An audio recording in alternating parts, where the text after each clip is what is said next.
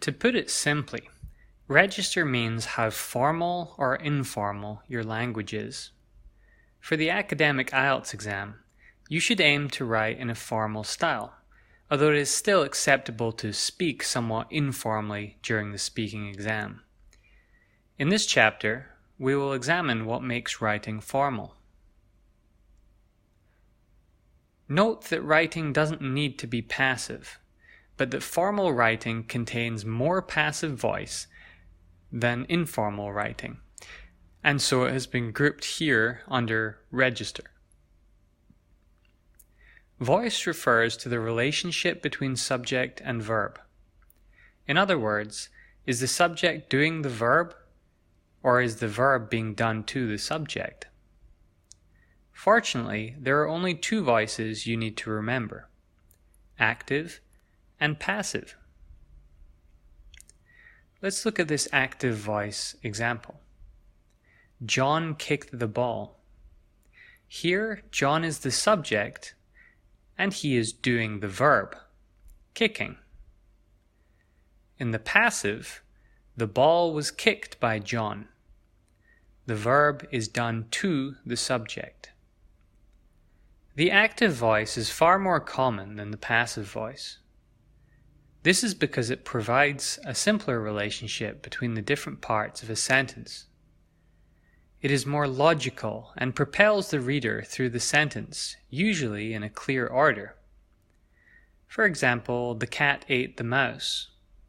Here the subject, the cat, does the verb, ate, to an object, the mouse. However, the order can be inverted, resulting in the passive voice. The mouse was eaten by the cat. In this case, the mouse is no longer the object of the sentence, it is the subject. However, the poor little mouse is still the recipient of the verb. It is still being eaten by the cat. In passive voice sentences, the verb is done to the subject of the sentence, as we just saw with the poor mouse. Let's look at some more examples. To form the passive voice, we simply take the object of the verb and turn it into a subject. In other words, the subject is flipped backward. But not all sentences can be made into the passive. Intransitive verbs, for example, cannot be made passive. There are also some small changes that need to be made.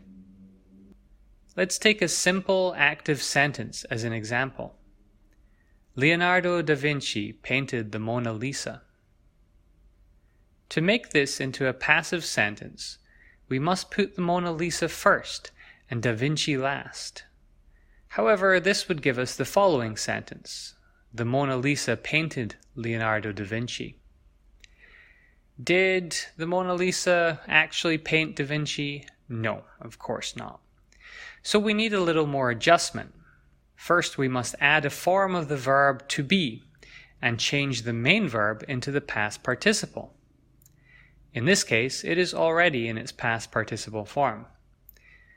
The Mona Lisa was painted Leonardo da Vinci. Well, we're almost there.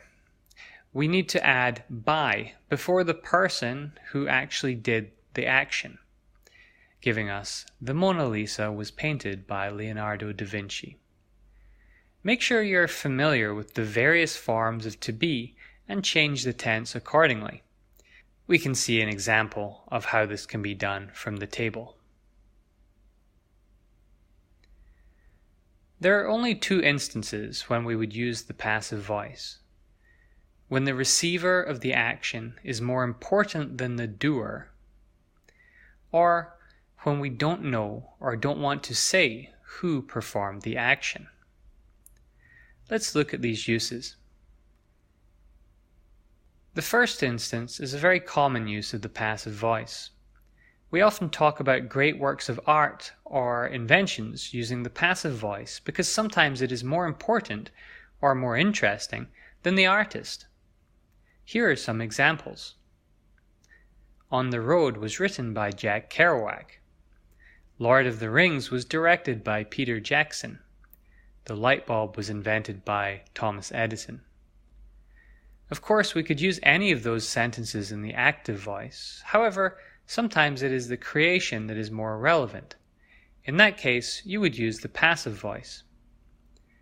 The second example for when we don't know or don't want to say who did the verb. We can see this demonstrated in these two sentences. The woman was murdered last night. So, who murdered her? We don't know. They were arrested after the match. Well, in this case, of course, it was the police. We really don't need to say that. We often use the passive voice when it comes to matters of crime. So, when exactly should we use the passive voice for IELTS? Well, as we saw above, we often use the passive voice when talking about famous creations like books, movies, and so on. So you might be able to use the passive in the speaking test when asked about these things. Here are some examples. My favorite book is The Catcher in the Rye. It was written by J.D. Salinger. I like rock music. One of my favorite songs is Sweet Child of Mine, which was sung by Guns N' Roses. However, mostly you will be using the active voice. Remember that the passive voice is quite formal and not all words can be used in this voice. For example, you cannot use intransitive verbs with the passive. Other times, the passive voice just makes this sentence sound confusing and awkward. Look at this example of bad passive use. Paris was visited by me last year. The Eiffel Tower was seen by my family. The food there was really enjoyed by us. You can use the passive voice in the IELTS writing exam. It is much less common in Task 2, however, you will rely heavily upon it for Task 1 if you need to describe a process. For example, water is heated to 100 degrees, the liquid is extracted from the mix, and so on. There are many instances when we would use this for describing a process. In Task 2, the passive voice can help make a text more formal. It is not used in every sentence, but some careful use can increase the quality of the writing. Here, two passive voice sentences have been used.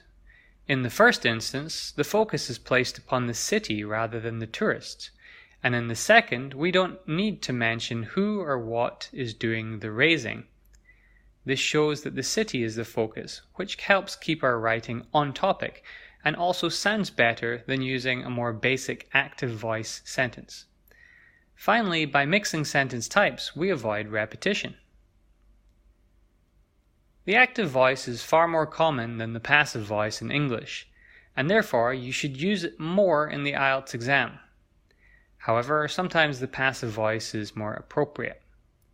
You should learn the passive so that you can better understand listening and reading passages, but also know when and how to use it yourself. There are times in the speaking and writing exams when you could use the passive voice.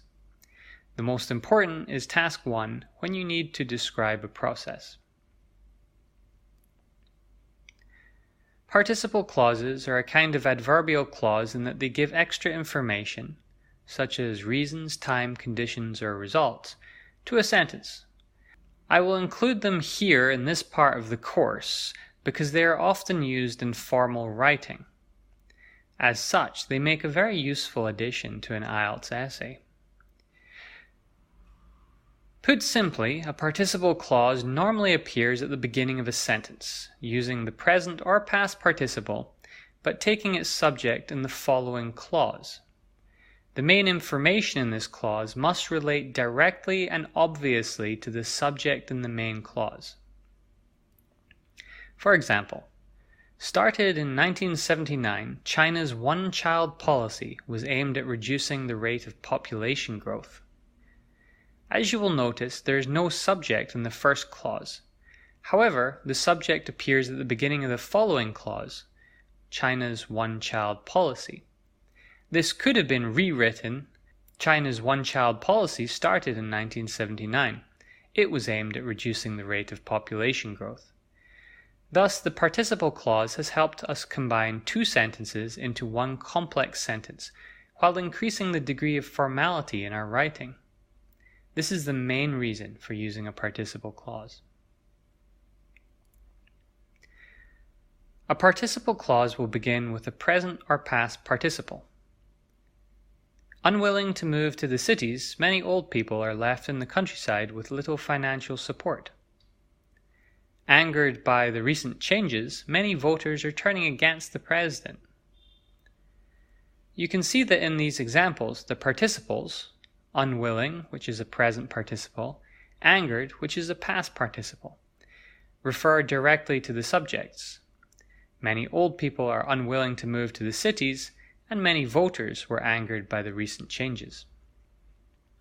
Let's look now at some applicable IELTS Writing Task 2 examples. Many criminals commit crimes shortly after being released from prison. What are the causes of this problem? What are some solutions? To answer this question, we have the opportunity to use participle clauses in many ways. Here are some examples. Unable to find a job, the former prisoners return to a life of crime. Finding life on the outside difficult, these people turn to an easy opportunity for money. Presented with few options, prisoners sometimes look to petty crime to survive.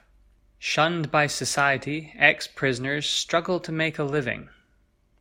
Knowing that they have to work harder than most people to get a job, some of these men turn back to a life of crime in order to get an income. Note that in the final example I said knowing. The verb know is considered non-continuous, and so we seldom use it with an ing ending. However, participle clauses allow you to add an ing ending to non-continuous verbs, such as in the following two examples. Participle clauses are useful because they express information economically. However, the relationship between the parts of the sentence must be clear, or else it can become confusing. Make sure that the first word in the sentence refers to the subject in the main clause, or else you would end up with a dangling participle. Causing a great deal of pollution, people often use cars to drive to work. What is the problem here? Well, it is not the people that are causing pollution. We're referring to the cars. So we can rephrase this. Causing a great deal of pollution, cars are still the main choice for people getting to work. Or we could go another way. People often use cars to drive to work, although they cause a lot of pollution. You'll notice that this last example was not a participle clause. You should avoid overusing them, as it may sound unnatural and archaic, which means old-fashioned.